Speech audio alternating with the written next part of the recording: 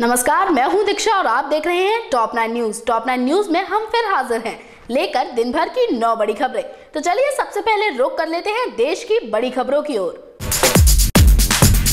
प्रधानमंत्री नरेंद्र मोदी आज श्रीनगर के शेर कश्मीर स्टेडियम में चुनावी रैली को संबोधित करेंगे। आपको बता दें कि मोदी 2 दिन के जम्मू कश्मीर दौरे पर हैं। प्रधानमंत्री नरेंद्र मोदी आज श्रीनगर के शेर कश्मीर स्टेडियम में चुनावी रैली को संबोधित करने जा रहे हैं। बता दें कि मोदी 2 दिन के जम्मू कश्मीर दौरे पर है। रैली से पहले प्रधानमंत्री बादामी बाग स्थित सेना के हेडक्वार्टर जाएंगे, जहां वह हमले में शहीद हुए जवानों को श्रद्धांजलि देंगे। सुरक्षा एजेंसी की माने तभी हाल ही में श्रीनगर के सौरा में मारे गए 2 आतंकी प्रधानमंत्री नरेंद्र मोदी की रैली को ही निशाना बनाने आए थे। इसी बाबत मोदी की सुरक्षा में कोई कसर नहीं छोड़ी जा रही है, लिहाजा स्टेडियम की सुरक्षा किसी किले की तरह की गई है। याद दिला दें कि जम्मू कश्मीर में विधानसभा चुनावों में भारी तादाद में वोटिंग से बौखलाए आतंकियों ने बेहद ही कायराना हरकतों का परिचय दिया था। आतंकियों ने बारामूला के उरी में सेना के एक शिविर में हमला किया। इस आतंकी हमले में लेफ्टिनेंट कर्नल समेत 11 सुरक्षाकर्मी शहीद हो गए थे। बताते चले कि जम्मू कश्मीर में 9 दिसंबर को तीसरे दौर की वोटिंग होगी। इससे पहले हुए 2 चरणों के चुनाव में जम्मू कश्मीर में 70% से भी ज्यादा वोट पड़े हैं। नेक्स्ट 9 न्यूज के लिए दिल्ली से गायत्री गुप्ता की रिपोर्ट। आतंकी संगठन ISIS के समर्थन में इराक गए युवक आरिफ मजीद की स्वदेश वापसी हो चुकी है। जी हां, दरअसल आरिफ ने वापसी के बाद एक बेहद बड़ा खुलासा किया है। दरअसल उसने बताया है कि आतंकी संगठन ISIS ने उसे सुसाइड बम्बर बनने की ट्रेनिंग दी थी। आतंकी संगठन IS के समर्थन में इराक गए युवक आरिफ मजीद की स्वदेश वापसी के बाद NIA अधिकारियों की पूछताछ का सिलसिला जारी है। NIA की इस पूछताछ में आरिफ ने एक बेहद ही अहम खुलासा किया है। आरिफ ने बताया है कि आतंकी संगठन ISIS ने उसे सुसाइड बॉम्बर बनाने की ट्रेनिंग दी। मजीद ने बताया कि मैंने सीरिया सेना पर आत्मघाती हमला करने की कोशिश की थी, हालांकि हमला नाकाम रहा। जैसा कि सभी जानते हैं कि आरिफ को NIA ने 28 नवंबर को गिरफ्तार किया था। बता दें मजीद ने तकरीबन इराक में 6 महीने रहने के बाद वतन वापसी की है। मुंबई के कल्याण इलाके के रहने वाले आरिफ को अपनी इस हरकत का कोई पछतावा नहीं है। इसके साथ ही मजीद ने NIA की पूछताछ में कहा कि मौका मिलने पर वह दोबारा आतंकी समूह ISIS में शामिल होना चाहेगा। नेक्स्ट 9 न्यूज के लिए दिल्ली से गायत्री गुप्ता की रिपोर्ट। दिल्ली में मोबाइल ऐप के जरिए बुक कराई गई उबेर कंपनी की कैब के एक ड्राइवर ने युवती के साथ दुष्कर्म की वारदात को अंजाम दिया है। देखिए हमारी ये खास रिपोर्ट। देश की राजधानी दिल्ली में दुष्कर्म के मामले सामने आते रहते हैं। इसी कड़ी में एक और मामला सामने आया है। दरअसल दिल्ली में मोबाइल ऐप के जरिए बुक कराई गई उबर कंपनी की कैब के ड्राइवर ने एक युवती के साथ दुष्कर्म की घटना को अंजाम दिया। आपको बता दें कि आरोपी ड्राइवर शिव यादव 2011 में भी ऐसे ही मामले में 7 महीने जेल में रह चुका है। इसके बावजूद अमेरिकी कंपनी ने उसका वेरिफिकेशन कराए बिना उसे काम पर रख लिया था। गौरतलब है कि एक नामी मल्टीनेशनल फाइनेंस कंपनी के गुड़गांव दफ्तर में काम करने वाली 27 वर्षीय लड़की के साथ दुष्कर्म के आरोपी कैब ड्राइवर के बारे में सूचना देने के लिए पुलिस ने 1 लाख रुपए की इनाम की घोषणा की थी। फिलहाल पुलिस की जांच के मुताबिक वसंत विहार इलाके में अपने दोस्तों के साथ पार्टी करने के बाद लड़की ने घर जाने के लिए मोबाइल ऐप के जरिए एक अमेरिकी कंपनी से कैब बुक कराई। कैब में सवार होने के बाद लड़की ने अपने किसी करीबी से बात की, जिसके बाद वह सो गई। उसे सोता देख कैब चालक कार को सुनसान इलाके में ले गया, जहां उसने लड़की के साथ छेड़छाड़ शुरू कर दी। आंख खुलने पर लड़की ने विरोध किया तो कैब चालक ने उसे जान से मारने की धमकी दी और दुष्कर्म किया। इसके बाद ड्राइवर ने लड़की के मोबाइल से अपने मोबाइल पर एक कॉल की और उसे उसके घर से कुछ दूरी पर छोड़कर भाग गया। इतना ही नहीं, लड़की के कार में सवार होने के 15 मिनट के भीतर ही आरोपी ने वारदात को अंजाम दिया था। बहरहाल पुलिस ने मुस्तैदी दिखाते हुए आरोपी को गिरफ्तार कर लिया है। नेक्स्ट 9 न्यूज के लिए पायल गुडियाल की रिपोर्ट। तो चलिए अब एक नजर डाल लेते हैं अंतर्राष्ट्रीय खबरों की ओर। अफगानिस्तान में अमेरिकी सेना द्वारा पकड़े गए तालिबान के शीर्ष आतंकवादियों को पाकिस्तान के हवाले कर दिया गया है। बता दें कि ये कदम अफगान राष्ट्रपति अशरफ गनी की पाकिस्तान यात्रा के बाद उठाया गया। अफगानिस्तान में अमेरिकी सेना द्वारा पकड़े गए तालिबान के शीर्ष आतंकवादियों को पाकिस्तान के हवाले कर दिया गया है। अमेरिका की ओर से जारी बयान में इनकी पहचान जाहिर नहीं की गई, लेकिन मीडिया में आ रही खबरों के अनुसार इन आतंकवादियों में से एक लतीफ महसूद है। उल्लेखनीय है कि लतीफ अमेरिकी ड्रोन हमले में मारे जा चुके तत्कालीन तालिबान प्रमुख हकीमुल्लाह मसूद का बेहद करीबी है। कुछ समय तक अफगान और नाटो हिरासत में रहे लतीफ को उसके 2 अंगरक्षकों और एक दलाल सहित पाकिस्तान को सौंपा गया है। बता दें कि लतीफ को उसके सहयोगियों सहित पाक अफगान सीमा से अफगान नेशनल आर्मी ने गिरफ्तार किया था, जिस दौरान ये सभी कथित रूप से हथियार खरीदने के लिए सीमा पार कर रहे थे। बताते चले कि ये कार्यवाही अफगान राष्ट्रपति अशरफ गनी की हालिया पाकिस्तान यात्रा के बाद हुई है। नेक्स्ट 9 न्यूज के लिए चीनू की रिपोर्ट। भारत के कालाधन मामले में स्विट्जरलैंड ने ये पूरी तरह से साफ कर दिया है कि जब तक खाता धारकों की पूरी जानकारी स्विस बैंकों को नहीं दी जाएगी, तब तक खाता धारकों को लेकर किसी तरह का कोई ब्यौरा नहीं मिलेगा।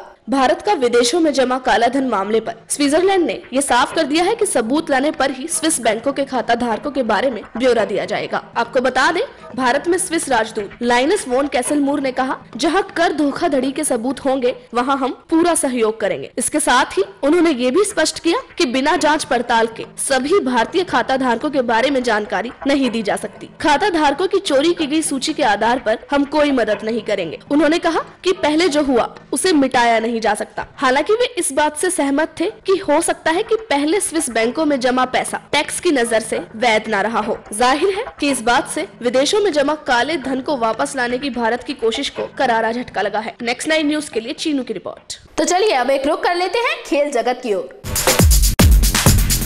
ऑस्ट्रेलिया के खिलाफ टेस्ट सीरीज के पहले टेस्ट मैच में टीम इंडिया का नेतृत्व विराट कोहली करेंगे। जी हां, इस बात की जानकारी देते हुए कोहली ने बताया कि कप्तान धोनी को ठीक होने में अभी 2 से 3 दिन लगेंगे। एडिलेड टेस्ट में भारतीय क्रिकेट टीम की कप्तानी का सस्पेंस अब खत्म हो गया है।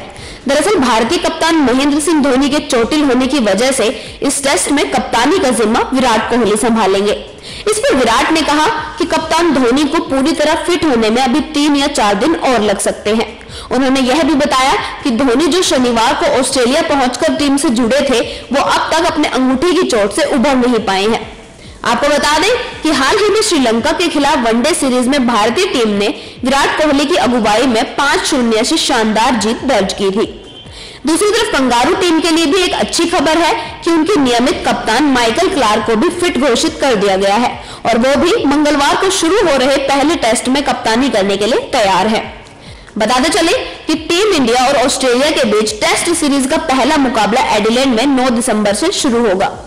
नेक्स्ट 9 न्यूज के लिए नीतू की रिपोर्ट। चैंपियन ट्रॉफी हॉकी में भारत को लगातार दूसरी बार हार का सामना करना पड़ा। जी हां, दरअसल इस हार के बाद भारत अपने पूल में चौथे पायदान पर पहुंच चुका है।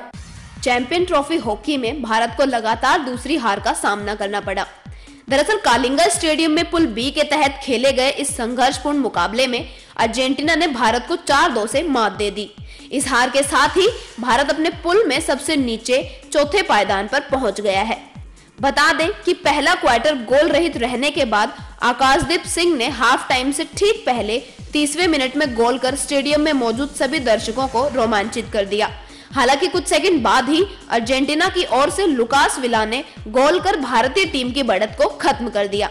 तो वहीं तीसरे क्वार्टर और मैच के 47वें मिनट में गुरजिंदर सिंह ने पेनाल्टी कॉर्नर को गोल में बदलकर भारत को एक बार फिर बढ़त दिलाई।